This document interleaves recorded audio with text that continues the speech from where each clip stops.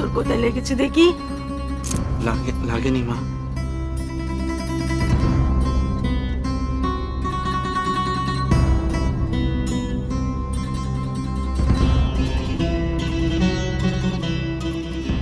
দেখি। আর ব্যথা নেই মা, ওষুধ লাগিয়েছি। কিন্তু ওই সময় তোমরা ওখানে কি করে গেলে? হ্যাঁ, অত রাত্রিরে তোমরা ওখানে কি করছিলে? বদ্দার কোনো কাজ ছিল? অত রাত্রে কাজ? হ্যাঁ, নিশ্চয়ই মা বাবা জানতেন, তাই না?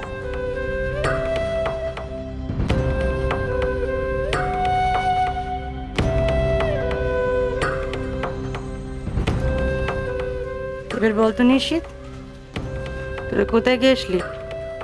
না, আমি তো কিছুই বুঝতে পারছি না যে অত রাতে তোর কি দরকার ছিল। হ্যাঁ,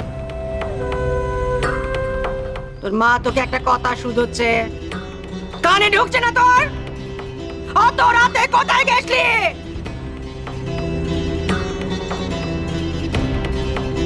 ও বড়দা, কিছু বলো। নিশিত, বড়দা বড় বৌদিকে নিয়ে কোথায় গেছিল সেটা তোমাকে বলতে পারবে না। কেন? ওই যে সারদা রোড, ওটা পেরিয়েই ওখানে একটা নতুন শপিং মল হয়েছে। ওখানে আবার সিনেমা হলও আছে, আবার সব ভালো ভালো খাবারের দোকানও আছে। মা, তুমি রাগ করো না, বড়দা বড় বৌদিকে নিয়ে ওখানে গিয়েছিল।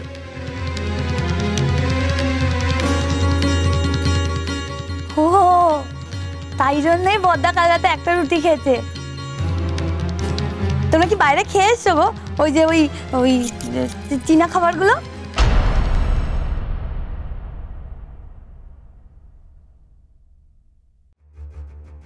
ও বড় বৌমা, বলছিলাম ব্যাপারটা ঠিক কি হয়েছে বলো দেখি। ইস, এত প্ল্যান প্রোগ্রাম করেও শেষ রক্ষা হলো না। ফেরার সময় চাকা পিছলে গেল।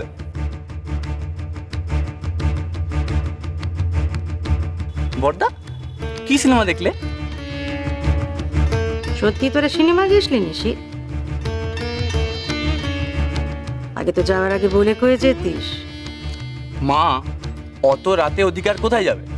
নিশিত, না বলে গেছিল বলেই এত বড় অ্যাক্সিডেন্টের কথাটা চেপে গেছে। সব সময় সত্যি কথা চেপে রাখা যায় না।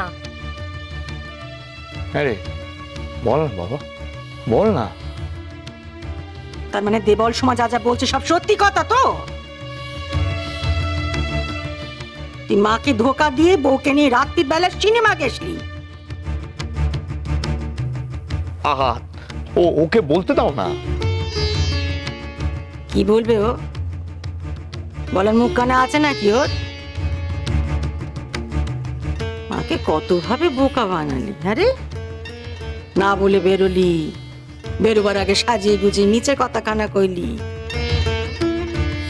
মা কি তোর 70 নাকি তোর বউয়ের 70 রে? মা, আগে এটা জিজ্ঞেস করো বুদ্ধিটা কার? কই এতদিন তো বড়দাকে এসব পড়তে দেখিনি। তুমি ওই কথা কানা সত্যি করে ছাড়লে বড় বৌমা। কয়লা যায় না ধুলে, স্বভাব যায় না মলে। রোসমশাই, আমাকে বলছিলেন না যে কাল আমি বড় বৌমার উপরে খুব রাগারাগি করে ফেলছি, অন্যের রাগটার উপর চাপাচ্ছি।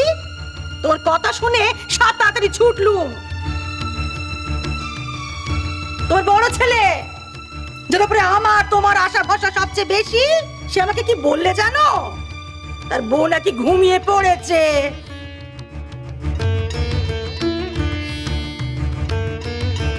মাথা নিচু করে থাকিস না নিশিত। মাথা নিচু করে থাকার মতো কাজ তুই কাল রাত্রি সেরে ফেলেছিস। আমি তো চোখ দুখানা দেখতে চাই।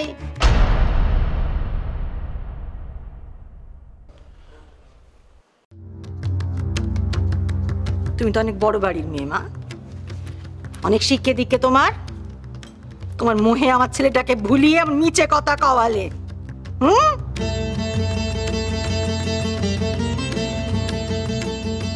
বলো ঘোষমশাই, বলো। আমি রাগ করছি, আমি রাগ করছি তো। হ্যাঁ করছি, রাগ হচ্ছে আমার। সব ভাগ্য চলছে, আর হচ্ছে আগে?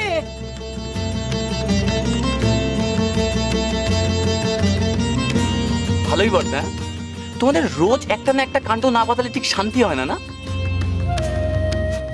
অবশ্য তুমি তো এসব করতেই পারো, আমরা করলে তো কবে বাড়ি থেকে বিদায় হয়ে যেতাম।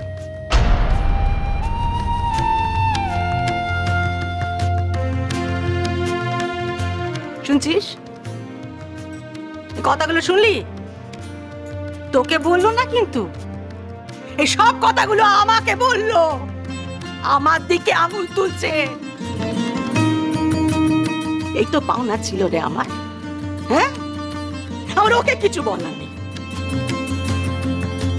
অন্য বাড়ির মেয়ে, আর তুই তোমার পেটের ছেলে রে। আর কতবার তোকে ভরসা করব, বিশ্বাস করব, আর তুই সব জলাঞ্জলি দিবি? হ্যাঁ রে নিশিত, আজকাল তোর মায়ের সুখ দুঃখ, হাসি কান্না কিছুই নজরে আসে না। এতটা পাষাণ কবে থেকে হলি রে? শুধু বউয়ের মুখখানা নজরে আসে। মায়ের মুখের উপরে বলে দিতে পারতিস, সেলাই পোড়াই তোমাদের মতো মুখ মেয়ে মানুষদের জন্য। আমার বউ কলেজ পাস, সে পুলিশ হতে চায়, সে ওসব করবে না? সে রাত্রিবেলা বাইরে যাবে, সিনেমা দেখবে?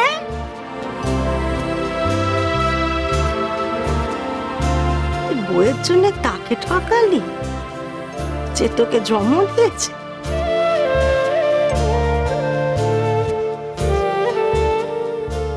থাক ঘোষ মশাই, আমাকে আর বোঝাতে এসো না। এই সংসারে আমি অনেক বুঝেছি। ক্ষমা চাই কিনা নিশি, তোকে আমি ক্ষমা করার কেউ নই।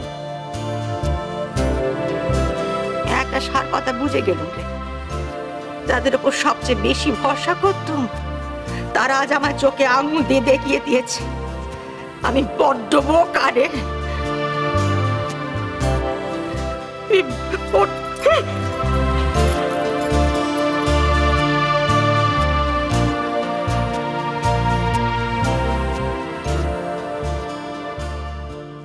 তুমি আমাকে কেন বললে না মা আমায় ডেকেছিল?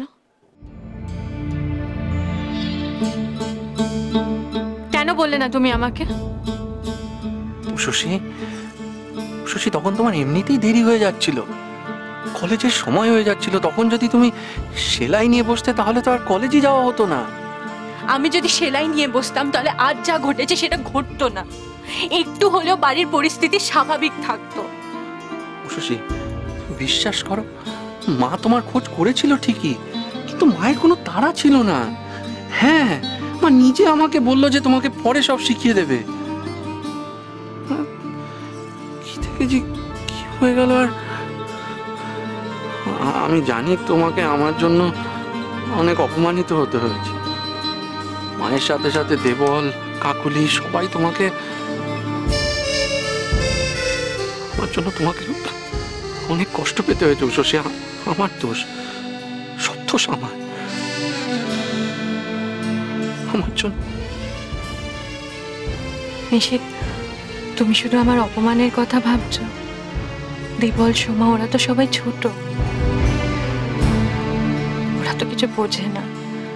কি বলতে কি বলেছে। কিন্তু মা,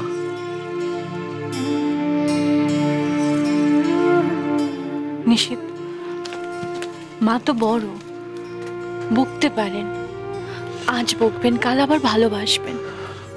তুমি শুধু মায়ের বকাটা দেখলে, তার কষ্টটা দেখলে না।